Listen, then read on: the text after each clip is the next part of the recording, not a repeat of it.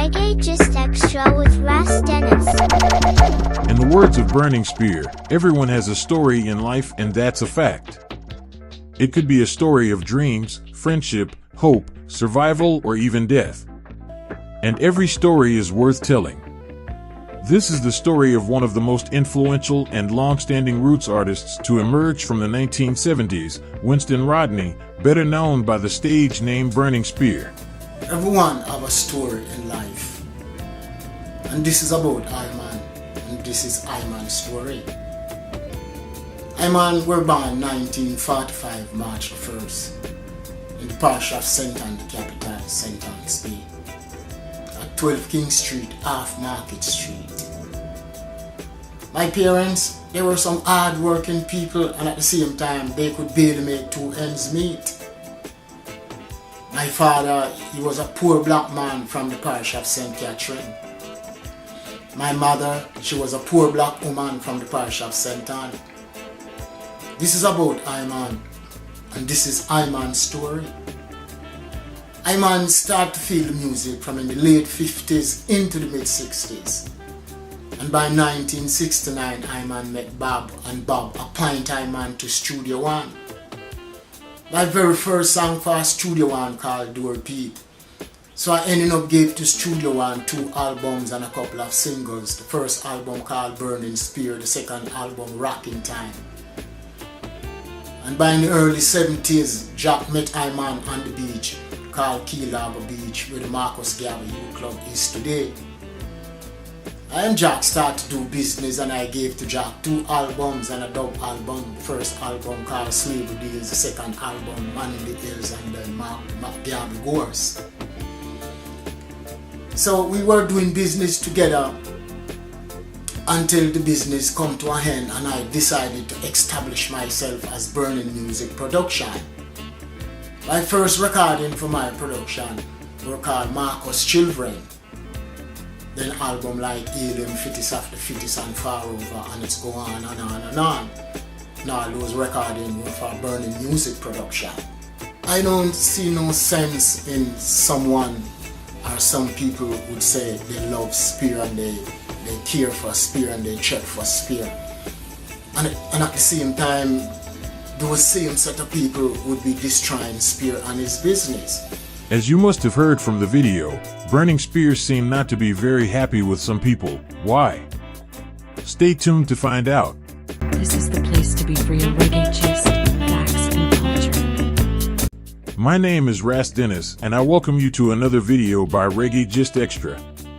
On today's episode, we shall be focusing on the great Burning Spear, his career, and of course, the issue he had with the Island Records. If today is your first time watching this channel, please consider clicking on subscription button below, like, and hit the notification bell to keep you updated on our latest video. Winston Rodney was born in St. Anne's Bay, St. Anne, Jamaica.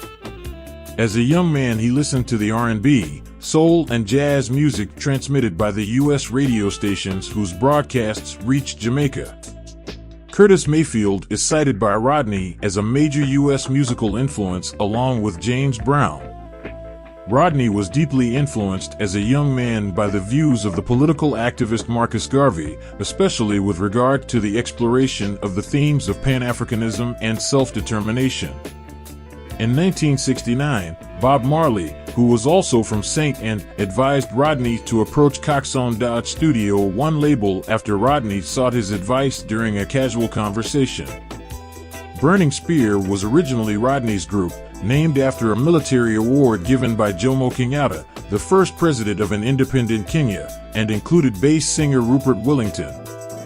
The duo auditioned for Dodd in 1969, which led to the release of their debut single Door Peep. The session also included Cedric Brooks on saxophone. They were then joined by tenor Delroy Hines. The trio recorded several more singles for Dodd and 2 albums before they moved on to work with Jack Ruby in 1975. Their first recording with Ruby, Marcus Garvey, was intended as an exclusive track for Ruby's Ocho Rios-based high-power sound system, but was released as a single, giving them an immediate hit, and was followed by Slavery Days. These recordings featured the backing band The Black Disciples, which included Earl Chinna Smith, Valentine Chin, Robbie Shakespeare, and Leroy Wallace alias Horsemouth. The group worked with Ruby on their third album, Marcus Garvey, 1975, which was immediately successful and led to a deal with Island Records to give the album a wider release. Island remixed and altered the speed of some of the tracks, much to the annoyance of fans and the group, leading Rodney to set up his own Burning Music label for future releases where he would have full control, although further releases followed on Island, including Garvey's Ghost, a dub album, and the Man in the Hills album. In late 1976, Rodney split from both Ruby and group members Willington and Hines, and from that point on used the name Burning Spear for himself alone. Dry and Heavy followed in 1977, self-produced but still on Island, and with a sizable following by now in the United Kingdom, he performed in London that year with members of Aswad acting as his backing band for a sold-out show at the Rainbow Theatre, which was recorded and released as the album Live. Aswad also provided backing on his next studio album, Social Living, 1978, which also featured Sly Dunbar and Rico Rodriguez. A dub version of the album, Living Dub, 1979, was mixed by Sylvan Morris.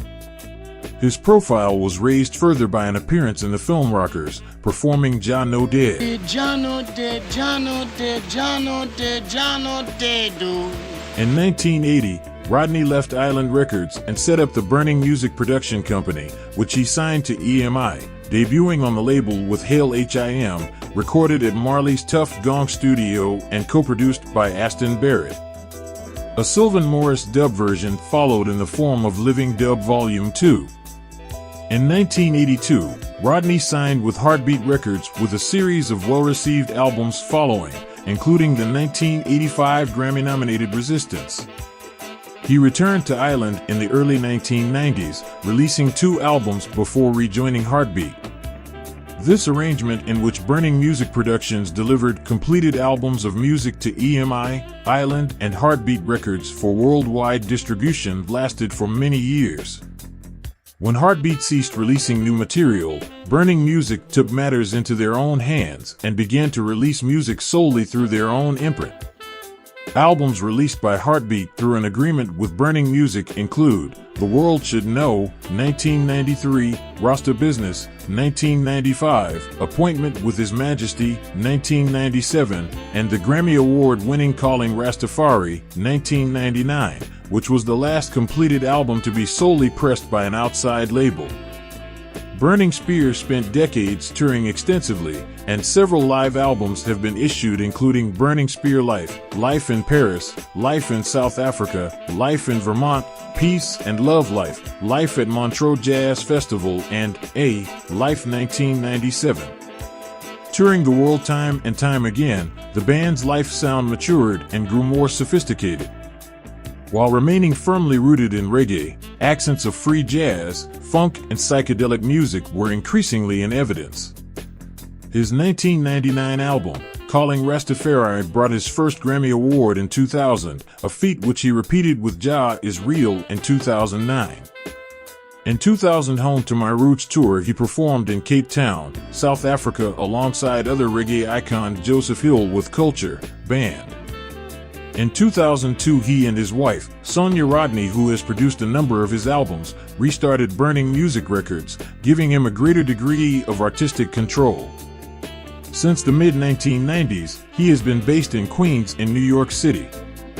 Burning Spear was awarded the Order of Distinction in the rank of officer on October 15, 2007. Since establishing their own label, Winston and Sonia Rodney have released nearly 40 singles, CDs, DVDs, and vinyl albums on the Burning Music imprint. Many of these albums have been deluxe editions of albums previously available on other labels and often include bonus tracks and DVD footage. In 2016, Rodney announced his retirement, but in 2022 he performed at the Rototom Sunsplash Festival in Spain and on the Welcome to Jamrock cruise in the same year. According to Burning Spear, music is a very important thing. We have to remember that no force is stronger than the music. Thank you for watching, and do leave your thoughts in the comment section down below, and I'll see you again very soon for another video. However, until we meet again, please subscribe, like, and hit the notification bell to keep you updated on our latest video. Much effort is made to ensure all materials in Reggae Gist Extras videos fall within the guidelines of fair use. No copyright infringement is intended. If you are or represent the copyright owner of any materials accidentally used in this video and have an issue with its use, please contact me, Ras Dennis, and I will respond as soon as possible. Many thanks for watching Reggae Gist Extra with Ras Dennis.